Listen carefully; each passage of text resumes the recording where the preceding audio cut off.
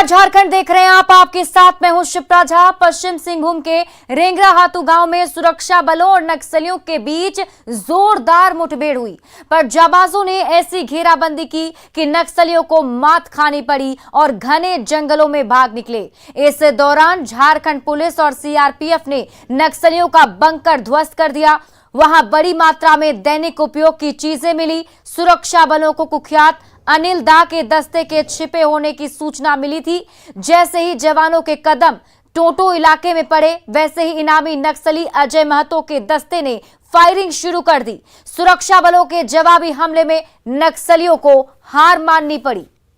Police को भारी पड़ता देख उग्रवादी वहां से भाग निकले। जब पूरे एरिया का सर्च अभियान चलाया गया तो उस क्षेत्र में माओवादियों का एक बड़ा कैंप मिला, जिसे पुलिस बलों के द्वारा ध्वस्त किया गया, जिसमें माओवादियों के द्वारा इस्तेमाल किए जा रहे कई सारे सामान बरामद किए गए हैं।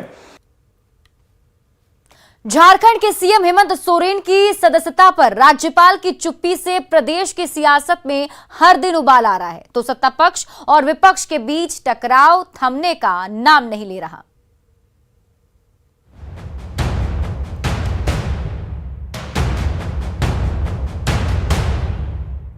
मुख्यमंत्री हेमंत सोरेन की विधानसभा सदस्यता पर निर्वाचन आयोग की चिट्ठी आए 15 दिन होने को है, पर राज्यपाल रमेश बैस ने अब तक अपना फैसला नहीं सुनाया है और यही वजह है कि झारखंड में सियासी गपशप का दौर थमने का नाम नहीं ले रहा। विपक्षी दलों के नेता मुख्यमंत्री की विधायकी जाने का दावा करते नहीं थक रहे, तो सत्ता पक्ष राज्यपाल और केंद्र सरकार पर हमलावर नजर आ रहा है। लेकिन जैसा कि महामहिम जी ने खुद बताया था कि 2 दिन में फैसला देंगे, उसके बाद से 5 दिनों से महामहिम दिल्ली में है। जिस तरह की खबरें आती है वो किसी से छुपी नहीं। कोई कह रहा है कि अमित शाह जी से मुलाकात नहीं हुई है, कोई कुछ कह रहा है, कोई कुछ कह रहा है। सत्ता पक्ष का आरोप है कि गठबंधन सरकार को अस्थिर करने के लिए केंद्र सरकार और राजभवन साजिश रच रहा है, पर बीजेपी का कहना है कि जो भी फैसला आएगा वो संवैधानिक प्रावधानों के अनुरूप होगा और इसका इंतजार करना चाहिए।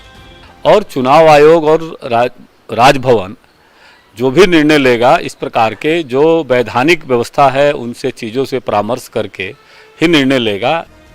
राजभवन की चुप्पी पर मुख्यमंत्री हेमंत सोरेन भी चुटकी ले रहे हैं। मीडिया ने सवाल किया तो उनका साफ कहना था कि जब तक राजभवन का फैसला नहीं आ जाता तब तक उनके पास कहने को कुछ भी नहीं है।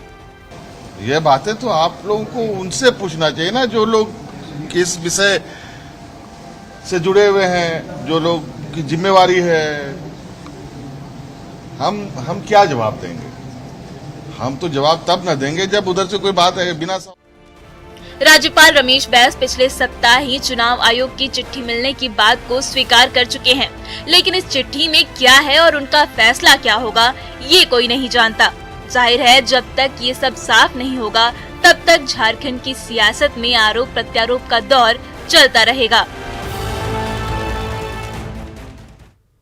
और झारखंड के मुख्यमंत्री हेमंत सोरेन की विधायकी को लेकर बीजेपी की शिकायत पर राज्यपाल रमेश बैस ने 28 मार्च को निर्वाचन आयोग को चिट्ठी लिखी। इस पर आयोग में लंबे समय तक सुनवाई चली और 25 अगस्त को आयोग ने अपनी सिफारिश झारखंड के राज्यपाल को भेज दी। यानी कि अब तक इस पूरे मामले में क्या क्या हुआ है, तारीख दर तारीख आपको बता रहे हैं। देखिए, 25 अगस्त को राज्यपाल रमेश बैस दिल्ली से रांची वापस लौट आए, जहां उन्हें चिट्ठी मिली थी। झारखंड में सियासी उथल पुथल मचने लगी तो 27 अगस्त को यूपीए विधायकों को खूंटी ले जाया गया।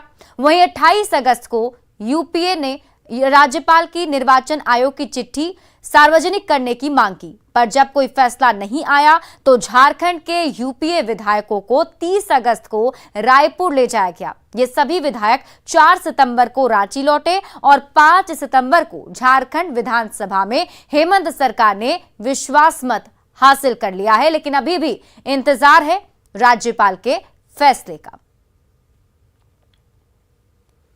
बढ़ते आगे, झारखंड की सियासत में एक बार फिर से 1932 के खतियान का मुद्दा गर्माता जा रहा है। हेमंत सरकार की सहयोगी कांग्रेस का दावा है कि इस पर फैसला आने में ज्यादा देर नहीं है।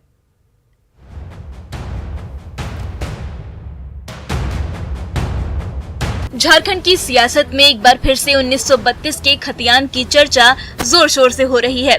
आजादी से पहले साल 1932 में झारखंड में लैंड का सर्वे हुआ था। उसी सर्वे को स्थानीयता का आधार बनाने की मांग झारखंड बनने के बाद से उठती रही है।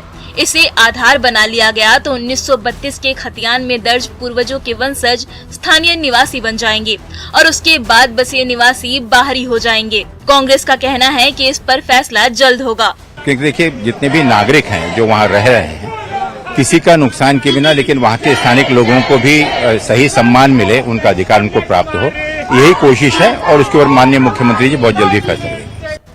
झारखंड की सियासत में खतियान और स्थानीय नीति को लेकर लंबे समय से खींचतान होती रही है, पर इतना तो तय है कि सर्वसम्मति से स्थानीय नीति बन गई तो सरकारी नौकरियों में स्थानीय निवासियों को प्राथमिकता मिलेगी। सरकारी कॉलेजों में भी झारखंड के मूल निवासियों को मौका मिलेगा। यही वजह है कि झारखंड के कई आदिवासी संगठन 1932 के खतियान को स्थानीय नीति का आधार बनाने की मांग कर रहे हैं। कांग्रेस ने दावा किया है कि अब इसमें देर नहीं होगी। घोषणा किया है उन्होंने रोजगार देने का, उसके पहले इस पर एक मुफ्त फैसला उन्हें ले लेना चाहिए और मुझे खुशी है कि उन्होंने कॉन्फिडेंस मोशन में अपनी इस बात को टच किया जो अभी तक अछूता पड़ा हुआ है। 1932 के खतियान और स्थानीय नीति को लेकर झारखंड में पहले भी सियासी संघर्ष हो चुका है, पर प्रदेश की सियासत इस वक्त जिस मोड़ पर है, ऐसे में सालों से अधर में लटके इस मुद्दे पर हेमंत सरकार ने कोई फैसला लिया तो इसका असर आने वाली सियासत पर जरूर पड़ेगा।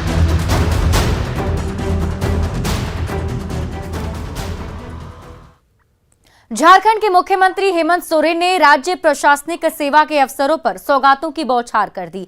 ओल्ड पेंशन स्कीम को लेकर आयोजित आभार कार्यक्रम को संबोधित करते हुए उन्होंने कहा कि उच्च शिक्षा के लिए बाहर जाने पर अब जेएएस अफसरों को भी वेतन और पैसे दिए जाएंगे। साथ ही जेएएस अफसरों को सर्किट हाउस में भी रहने का मौका मिलेगा। यही नहीं, महिला अफसरों को चाइल्ड केयर लीव समेत सभी 7 मांगों पर भी सहमति जता दी है। अब जो भी राज्य प्रशासनिक पदाधिकारी कोई बेहतर शिक्षा के लिए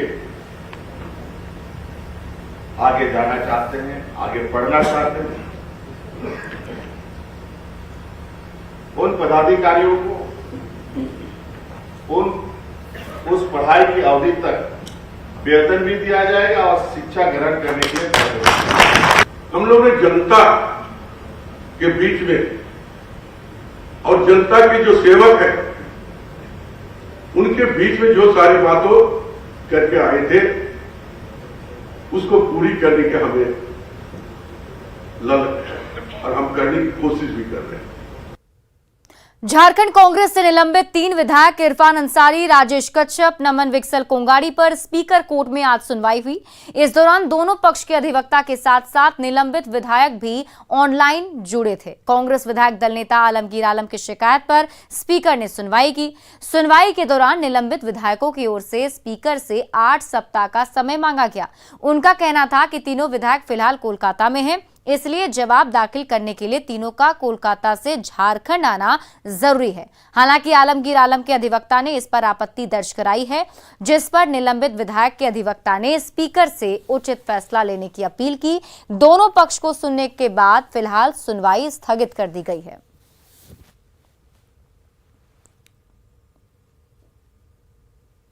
तो कैश कांड पर आज सुनवाई हुई। स्पीकर ट्रिब्यूनल में आज सुनवाई की गई, जिसमें दोनों पक्ष के तरफ से अपनी अपनी बातों को रखा गया। हालांकि कांग्रेस के जो निलंबित विधायक हैं उनके वकील की तरफ से समय मांगा गया है। कहा जा रहा है कि 8 सप्ताह का वक्त उन्हें दिया जाए ताकि वो अपनी बात विस्तार तरीके से स्पीकर ट्रिब्यूनल में रख सकें, क्योंकि अभी निलंबित तीनों कांग्रेस के विधायक फिलहाल कोलकाता में हैं। झारखंड आने की उन्हें अनुमति नहीं है। उनके झारखंड आने के बाद ही वो जवाब दाखिल कर पाएंगे। इसलिए उचित फैसले की मांग को रखते हुए कांग्रेस के निलंबित विधायकों के वकील ने 8 सप्ताह का वक्त मांगा है। झारखंड में लव जिहाद का जहर फैलता जा रहा है। पिछले 15 दिन में ऐसे 5 केस सामने आ चुके हैं और विपक्षी दलों ने राज्य सरकार पर जोरदार हमला बोल दिया।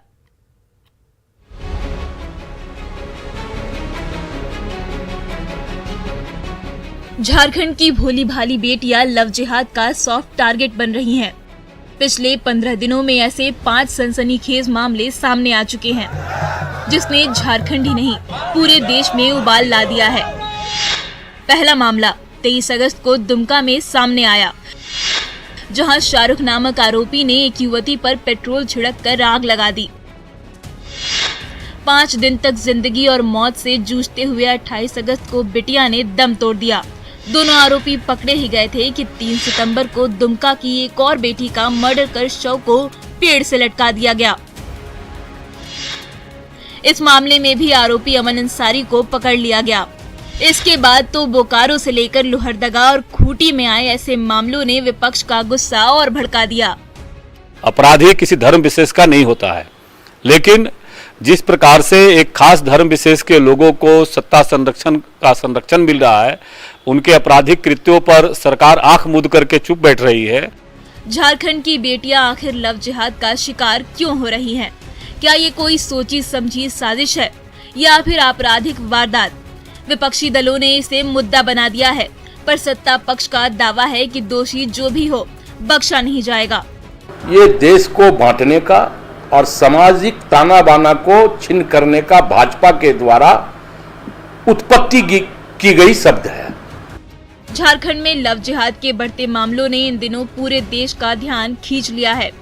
इसके खिलाफ हर तरफ आवाज बुलंद हो रही है। झारखंड पुलिस आरोपियों पर दबिश भी बना रही है, फिर भी इसका सिलसिला थमने का नाम नहीं ले रहा। निरंजन कुमार, न्यूज़ 18, रांची।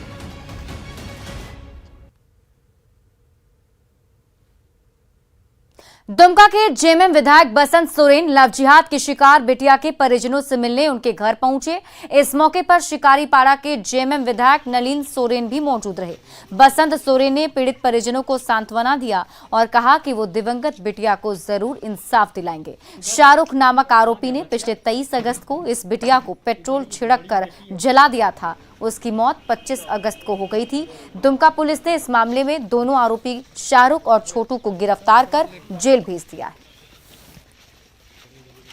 तो ये कहूँगा, ऐसे जो नेतागण आए थे वो बहुत ही निचले दर्जे के नेतागण हैं। लास्ट पे राजनीति नहीं होती है। उस परिवार ने एक अपना सदस्य खोया, कितने दुखद की बात है। वहाँ सांत्वना देने जाना चाहिए था, ना कि उसकी राजनीतिकरण करनी चाहिए। उस परिवार के साथ खड़ा होना चाहिए था, ना कि चौपर से आए, अपना राजनीतिकरण किए और चौपर में बैठ के उड़ लिए। रहते ना 10 दिन, 10 कर्म है ना भाई, रहते 10 दिन उस परिवार के साथ क्यों नहीं थे? झारखंड के शिक्षा मंत्री जगन्नाथ महतो ने सरकारी स्कूलों की हालत पर चिंता जताई है। शिक्षा मंत्री औचक निरीक्षण करने के लिए बोकारो के फुसरो पहुंचे। वहां उन्होंने न्यू भागलपुर के सरकारी स्कूल का जायजा लिया, पर स्कूल की हालत पर उन्होंने नाराजगी जताई और शिक्षकों से कहा कि वो बच्चों की पढ़ाई लिखाई में किसी भी तरह की कोताही बर्दाश्त नहीं करेंगे। इसलिए हम इस बार हिदायत के साथ कि पढ़ाई में जो कमजोरी है इसका हम बर्दाश्त नहीं, कतई बर्दाश्त नहीं करेंगे। भले बिल्डिंग थोड़ा कम में रहे, लेकिन पढ़ाई में बर्दाश्त नहीं करेंगे। झारखंड के श्रम मंत्री सत्यानंद भोक्ता चतरा में कर्मा मिलन समारोह में शामिल हुए और चतरा वासियों को प्रकृति पर्व की शुभकामनाएं दी। इस मौके पर उन्होंने मानदर बनाकर ग्रामीणों का हौसला भी बढ़ाया। श्रम मंत्री ने कहा कि गठबंधन की सरकार चतरा जैसे पिछड़े इलाके के विकास को लेकर बेहद गंभीर है और जल्द ही गांव-गांव में सड़कों का जाल बिछा दिया जाएगा। और ये पिछड़ा क्षेत्र है, सड़क मेरे द्वारा बनाया गया था और फिर जो खराब है इसमें लोग बनाने जा रहे हैं। हर गांव में बिजली पानी की सुविधा कैसे हो, इसके लिए हम पूरा प्रयास कर रहे हैं। और जितने हमारे माता बहन हैं, जो बुजुर्ग हैं, जिनका पेंशन नहीं मिल रहा है, उनको पेंशन की स्वीकृति भी हम लोग देने जा रहे हैं। अब जिनका राशन कार्ड नहीं है उसका भी राशन कार्ड मिलेगा। आए दिन साइबर अपराधी नए नए टेक्निक का इस्तेमाल कर लोगों के खातों से पैसे उड़ा रहे हैं। साइबर अपराधियों ने एक नया तरीका इजाद किया है। साइबर अपराधी फिंगरप्रिंट का क्लोन बनाकर लोगों के बैंक खातों को खाली कर रहे हैं।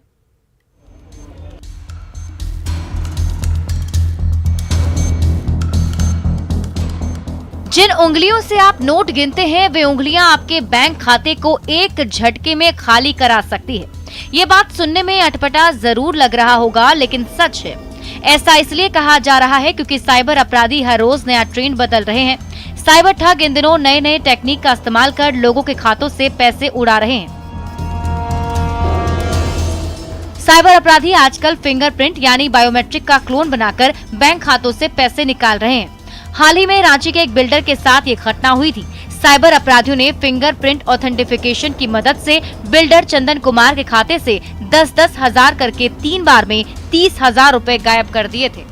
कहा जा रहा है कि फिंगरप्रिंट का भी जो है वो स्कैन यूज करके थेफ्ट कर लिया जा रहा है या चीटिंग कर ली जा रही है, तो उसको लेकर पुलिस अनुसंधान कर रही है और हमारी साइबर टीम्स उसके ऊपर में काम कर रही है कि ये किस प्रकार से हो पा रहा है। कुछ मामलों में हम लोगों ने सफलता भी हासिल की है और अन्य मामलों में अनुसंधान भी चल रहा है। इस तरह साइबर अपराधी आपकी गाढ़ी कमाई पर हाथ साफ कर रहे हैं। बिहार, यूपी और झारखंड के अलावा देश भर से ऐसी घटनाएं सामने आ रही हैं। सुविधा केंद्र, ग्राहक सेवा केंद्र, बैंक या ऑफिस में फिंगरप्रिंट का इस्तेमाल किया जाता है। अगर आप भी बायोमेट्रिक का इस्तेमाल करते हैं तो आपको भी सावधान रहने की जरूरत है, क्योंकि दावा किया जा रहा है कि प्लास्टिक चिपकाने वाले ग्लू गम से भी अपराधी फिंगरप्रिंट की क्लोनिंग कर रहे हैं। बिल्डर चंदन कुमार का मामला सामने आने के बाद रांची साइबर सेल के कान खड़े हो गए। रांची पुलिस फिलहाल इस तरह के मामलों को खंगालने में जुटी हुई है। हमेशा फिंगरप्रिंट रखने के बाद उस डिवाइस को आप किसी कपड़े से उसको पोंछ दें। इसको पोंछने से क्या होगा कि आपका जो इमेज यहाँ पे आपका जो फिंगरप्रिंट लग गया है, ये उसको दोबारा कोई उसका इमेज नहीं बना पाएगा। बहरहाल साइबर सेल की टीम साइबर अपराधियों पर नकेल कसने की जुगत में है, लेकिन आगे से आपको भी बायोमेट्रिक का इस्तेमाल करते समय सावधान रहने की जरूरत है, वरना आप भी साइबर ठगी का शिकार हो सकते हैं। न्यूज़ 18 के लिए रांची से ओम प्रकाश की रिपोर्ट। और आइए अब देखते हैं